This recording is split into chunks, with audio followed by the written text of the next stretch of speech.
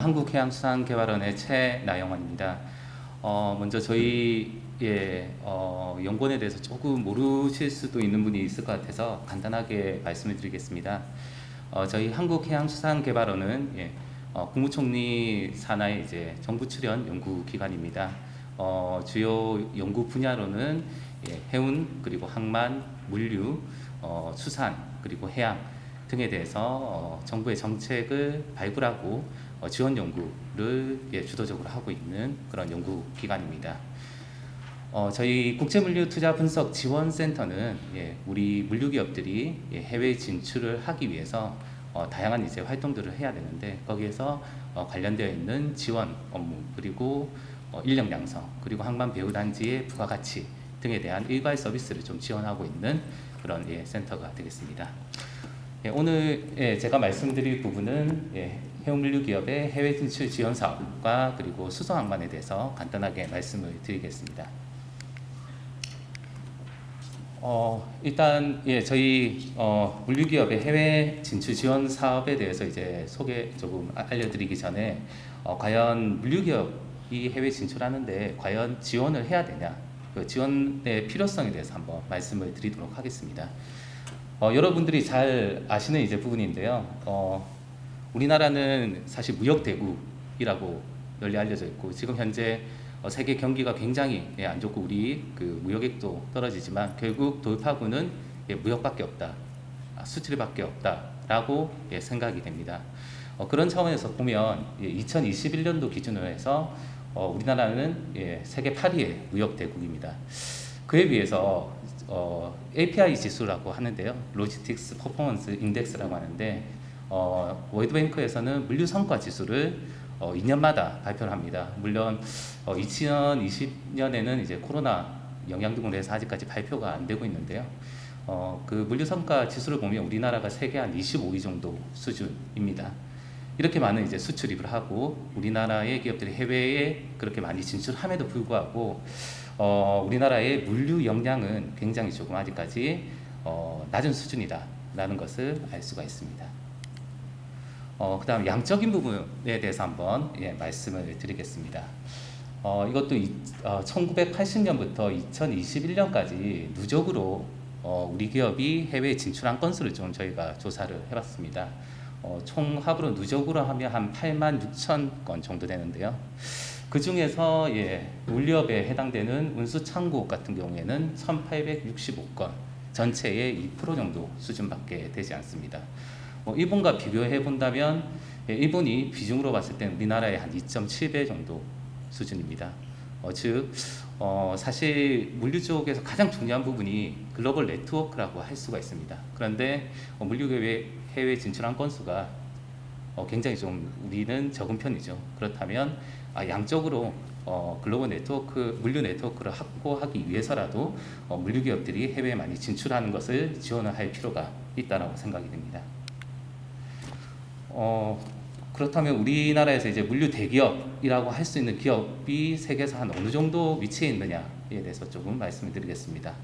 여러분들이 잘 알고 계시는 CJ 대한통운 같은 경우에는 2016년부터 글로벌 네트워크를 확보하기 위해서 현지 기업들을 다수 M&A를 하는 형태로 해서 글로벌 이제 시장을 조금 확대를 하는 그런 전략을 취했습니다. 그럼에도 불구하고 2021년도의 매출액 실적을 보시면 한 84억 달러 정도인데요. 세계 5위인 머스크 그룹에 비교하더라도 매출이 한 4분의 1 정도 수준, 그리고 1위 기업인 UPS하고 비교했을 때는 한 10분의 2 정도 수준에 지나지 않습니다. 우리나라에서는 대기업이지만 글로벌 시장에서 봤을 때는 한 중소중견 정도 기업에 지나지 않는다는 것을 좀 알 수가 있습니다. 이러한 차원에서 좀 봤을 때 물류기업 입장에서는 물류기업 자체적인 역량 강화도 필요할 거고요. 최근에 코로나19라든지 물류 대란을 통해서 글로벌 공급망에 대한 물류기업의 역량 강화도 필요할 겁니다. 그리고 정부의 지원 정책 상에서는 물류기업이 해외에 조금 더 진출을 확대할 수 있도록 지원 정책이 마련돼야 되고요. 그게 핵심 포인트가 전문 인력 양성도 포함이 될 것으로 보입니다.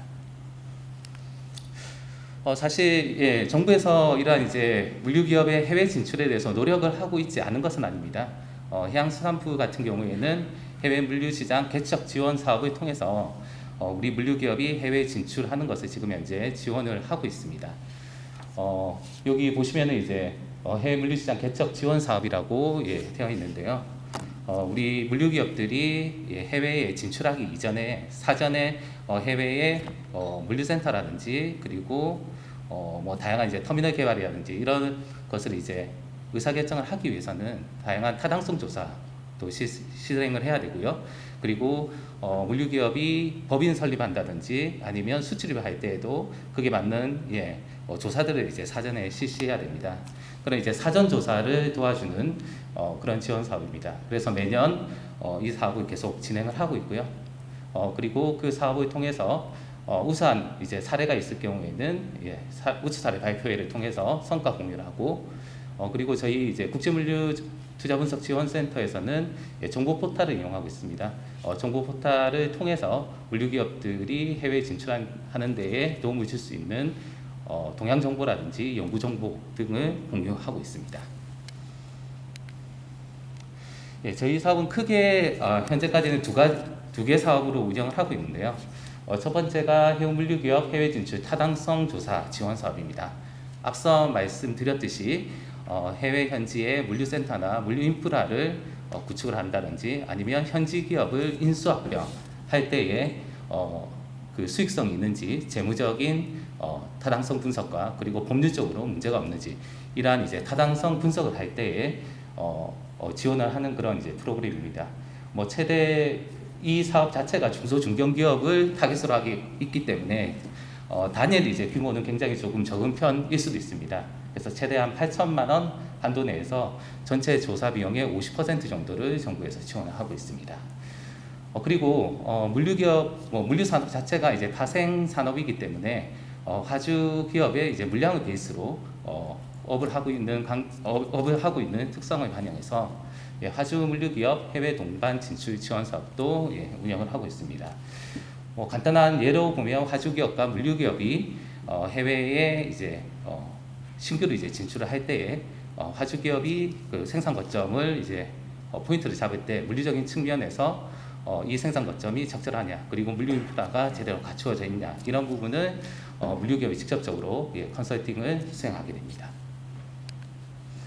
예, 다음은 저희 이제 사업에 대한 이제 실적 부분입니다. 타당성 조사 지원 사업은 2011년부터 해수부가 주관부처로 해서 실시를 하고 있습니다. 2011년부터 2021년까지 한 총 67건을 지원을 했고요. 그 중에서 38건이 해외 물류시장에 진출을 완료했거나 예정을 하고 있습니다. 전체 기간으로 보면 약 한 57% 정도의 성공률인데요. 2019년부터 저희 국제물류투자분석지원센터가 이 사업의 운영기관으로 선정이 돼서 지금 운영을 하고 있습니다. 그 이후에 성공률은 한 94.4% 정도로 비약적으로 예, 증가를 했습니다. 그리고 예, 화주물류기업 동반 진출 지원 사업 같은 경우에는 예, 2014년에 해양수산부, 국토교통부 그리고 산업통상자원부가 공동으로 사업을 예, 개시를 했고 2019년에 이제 국토부와 해수부가 좀 분리를 해서 사업을 운영하는데요. 현재까지 예, 총 55건을 지원해서 40건이 진출했거나 진출을 예정하고 있습니다. 전체 기간으로 보면 성공률이 한 73% 정도이고요. 2019년 이후는 한 77.4% 정도의 예, 성공률을 예, 달성하고 있습니다. 예, 다음은 수소항만에 대해서 간단히 말씀을 드리겠습니다. 여러분들도 수소항만 아니면 탄소 중립 항만은 잘 알고 계실 걸로 보입니다. 그래서 간단한 정의 정도를 좀 소개를 하려고 하는데요. 수소항만의 개념도를 보시면 예, 항만에서의 기능으로 보면 뭐 크게 생산, 소비 그리고 물류라고 되어 있습니다. 생산 같은 경우에는 LNG를 예, 그 수소로 개질하거나 아니면 지금 현재는 실현되기 조금 어렵겠지만 향후로 보면 수전해를 통해서 항만 내에서 예, 수소를 생산을 할 수가 있습니다. 그리고 항만 내에 컨테이너 터미널이라든지 관련되어 있는 시설 해서 직접적으로 소비의 역할도 할 수 있습니다. 또한 우리나라 같은 경우에 아마 2050년까지 수소 수요를 보더라도 한 80% 이상은 해외에서 수소를 수입해야 되는 그런 이제 형태에 있습니다. 따라서 수소를 수입하는 거점으로서의 역할을 할 수 있고, 그리고 항만 내의 소비뿐만 아니라 인근 배후단지라든지 생산 시설에 공급하는 그러한 역할도 항만이 수행할 것으로 보입니다.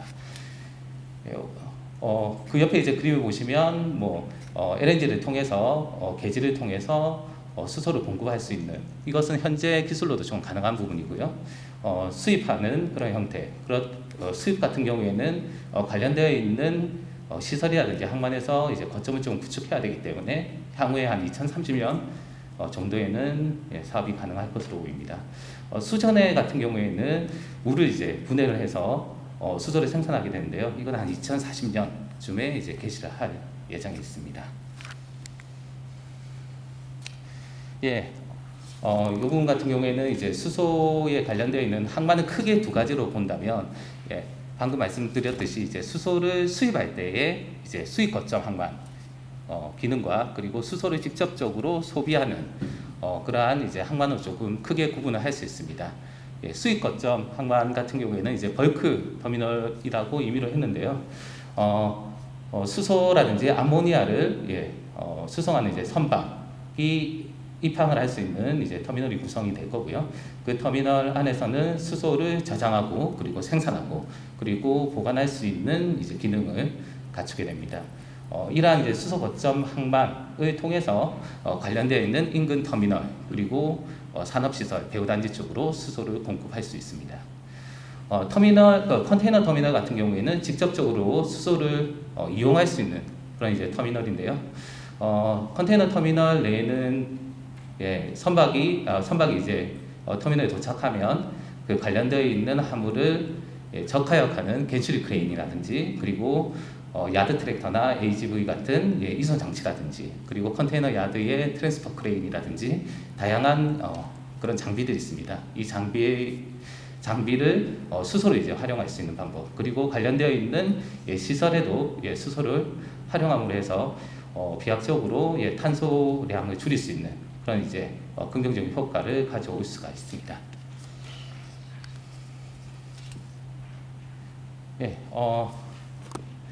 지금 이제 해양수산부에서는 수소 기반의 탄소 중립 항만 방안을 지금 제시하기 위해서 항만별로 탄소 중립 항만 기본 계획을 현재 수립을 하고 있습니다.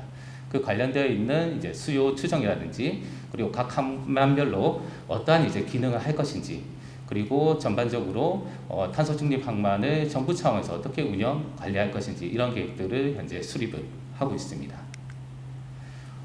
그리고 주요 항만별로 수소에 관련되어 있는 인프라를 구축할 때에 어떤 방식으로 할 거냐, 사실 민간에 대한 이제 책임 의식과, 그리고 투자의 효율성을 생각을 했을 때에 민간 협력, 그러니까 정부와 민간이 협력하는 구조로 될 것 같습니다. 이쪽에 이제 표에서도 알 수 있듯이 울산시랑 같은 경우에는 수소를 수입하는 거점 항만을 통해서 인근 산업단지에 수소를 공급하는 그런 형태가 될 거고요. 그리고 부산 신안 같은 경우에는 LNG 벙커링을 통해서 수소를 생산하고, 그리고 컨테이너 터미널에 수소를 공급하는 그런 형태로 이루어질 것으로 보입니다. 다만 이러한 이제 수소 항만에 대해서 이제 실현될 수 있는 단계가 2030년 정도이다 보니까요, 조금은 늦지 않나 이런 생각이 듭니다. 사실 일본 같은 경우에는 지금 현재 고베 포트 아일랜드에 액화 수소를 직접적으로 수송해서 수입 거점을 구축하고, 그리고 인근 지역의 관공서에 실질적으로 수소를 공급하는 그런 체계를 갖추고 있습니다. 실질적으로 지금 현재 시범 운영을 하지만 그 단계가 우리나라는 한 2030년 정도가 될 것으로 지금 계획하고 있어서 조금 더 수소 항만에 대한 계획을 조금 더 서둘러서 물론 이제 단계를 잘 지켜서 안전한 이제 항만을 구축하는 것도 중요하지만, 그러한 이제 수소화 사회에서 조금 더 적합한, 그리고 적용 가능할 수 있는 항만이 좀 구축되어야 되지 않을까라는 생각이 듭니다. 이상으로 발표를 마치겠습니다. 감사합니다.